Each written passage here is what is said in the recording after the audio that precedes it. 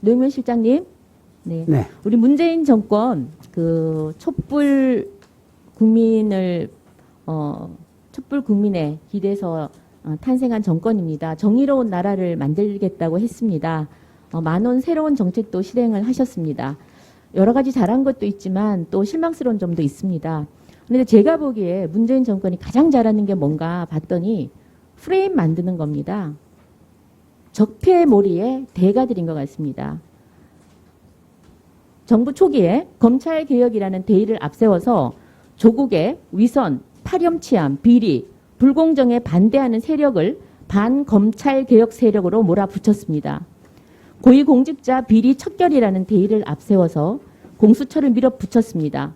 공수처가 결국 대통령의 검찰이 될 것이라고 우려하는 국민을 비리 우호 세력으로 몰아붙였습니다. 한반도 평화라는 대의를 앞세워서 대북 굴욕 외교를 반복하고 한미 동맹을 후퇴시키더니 이를 바로 잡으라는 국민을 반평화 세력으로 적폐 세력으로 몰아붙였습니다.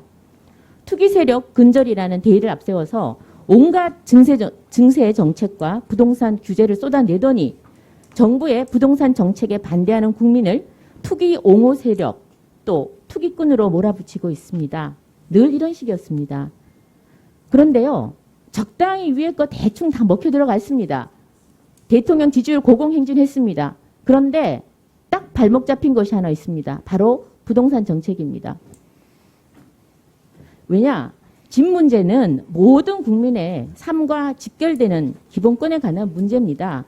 아무리 정부가 국민의 편을 가르고 싶어도 결코 갈라지지 않을 것입니다. 그래서 지난 회의 때도 부동산 정책에 대해서 질의를 했습니다. 이어가겠습니다.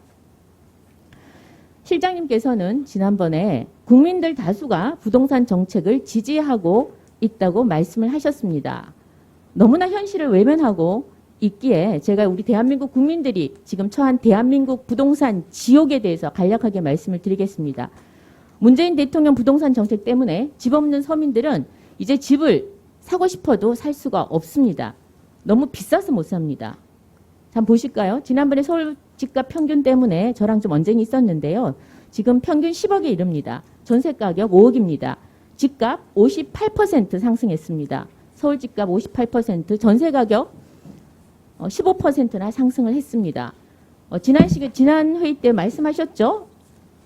MB 정부 때 뭐 올랐다 등등 말씀하셨는데 정확하게 말씀드리면 노무현 정부 때 서울 집값 47%, MB 정부 마이너스 3.2%, 박근혜 정부 10.4%, 그다음 문재인 정부 58% 올랐습니다. 그래서 집값을 지금 잡겠다고 해놓고 집값을 왕창 올렸습니다. 그야말로 서민만 죽을 판입니다. 자, 그런데 실장님, 우리 주택 실소유자가 집을 한 채만 가져라 하는 게 지금 우리 문재인 정권이 가장 바라는 건데요. 그럼 주택 실소유자가 정말 가장 바라는 게 어떤 걸까요? 주택 정책에 있어서 어떤 걸 가장 바라겠습니까? 집 없는 서민들이 가장 바라는 것. 네, 내 집 마련이라고 생각합니다. 내 집 마련이요? 내 집 마련은 뭐 누구나 다 당연하죠. 정책 중에 어떤 걸 가장 바라겠습니까? 네, 일단 집 없는 서민들은 내 집 마련을 제일 희망한다고 생각합니다. 아니, 그렇게 뭉뚱그려서 말씀하시지 말고요. 좀 모르시는 것 같은데 알려드릴게요. 대출 해달라는 겁니다. 그렇죠? 이 정부가 지금 어떻게 하고 있습니까? 공급 안 하고 있죠. 대출 지금 규제하고 있죠. 그다음 세금 계속 때리고 있죠. 이렇게 해서 다주택자들 빡빡 조여가지고 집 안 팔고는 못 살게 하겠다. 그런 정책을 펴고 있습니다. 그래서 집값을 안정시키겠다는 겁니다. 그런데 서민들은요, 가장 바라는 게 지금 대출입니다. 그런데 실장님 또 하나 물어보겠습니다. 서민들이 왜 이렇게 빚을 냈으라도 집을 사려고 하겠습니까? 네, 그건 그건 뭐예요? 일단 집값 인상에 대한 기대 이런 것 때문이 아닐까 싶습니다. 그러니까 대한민국 국민들이 아직 하나도 모르시는 거예요.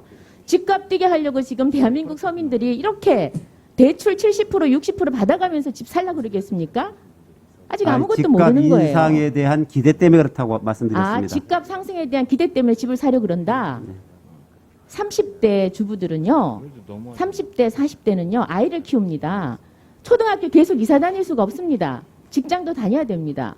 그래서 전세로 전전긍긍 월세 오르면 그거 하다가 안 되니까 빚을 내서라도 집을 사는 것이 훨씬 더 합리적 선택이기 때문에 대출을 내서라도 집을 사려는 것입니다. 아이들 데리고 애들 2명 데리고 계속 이사 다니는데 지친 겁니다. 집값 꼭지게 하기 위해서 집 사려는 건 아닙니다. 국민을 그렇게 부정적으로 보시니까 이 문정권의 정책이 이렇게밖에 안 나오는 겁니다. 좀 제대로 현실을 좀 파악하세요. 대통령에게도 좀 전달하시고요. 자, 그럼 지금 누가 집을 사느냐? 대출 다 막아놓으니까 결국 누가 삽니까? 현금 가진 사람만 삽니다. 실장님 묻겠습니다. 지금 대출 얼마나 되는지 아십니까? 주택담보대출? 모르십니까? 우리 저기 관심 좀 가지세요. 예? 정책실장님께서 답변하는 게 조정 좋겠습니다. 대상 지역에서는 시가 15억 이상 주택의 제가 경우에는 얘기하겠습니다. 15억 이상은요, 0원이고 9억 이상은 20%입니다. 그 밑으로는 다 40%입니다. 이전 정부에서 70% 받았어요. 어찌어찌 빚을 내서라도 집을 사서 더 이상 이사 안 가고 안정된 직장 가지고 조금씩 갚아 나가면서 사는 게 대한민국 서민들의 보통의 일상의 삶입니다. 그런데 지금은 그 대출이 안 되기 때문에 다들 이제 현금 부자만 집을 사고 있습니다. 그리고 집 가진 자들도 지금 죄인이 되고 있습니다.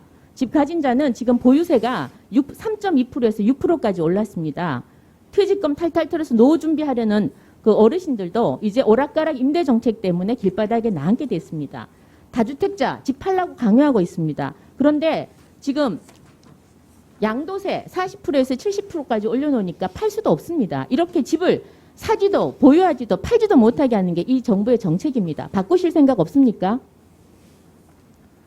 그 양도세의 경우에는 내년 5월까지는 그러니까 시행이 적용이 안 되고 있습니다. 그래서 그동안 다주택자들이 주택을 내놓도록 유도를 하고 있고요. 그다음에 대출의 경우에는 물론 의원님께서 지적하신 사항도 있지만 그럼에도 불구하고 그러니까 주택 가격 상승의 기대 때문에 모두가 주택을 사고자 한다면 모든 국민들이 다 불행해지는 그런 어떤 상황이 될 것이고요. 우리 정부에서는 그런 어떤 그러니까 투기적인 어떤 대출 수요나 또는 세금 문제에 대해서 안정적인 어떤 정책을 핌으로써 국민 모두에게 집값 상승 기대를 안정화시킴으로써 부동산 시장을 안정화시키려고 하고 있습니다.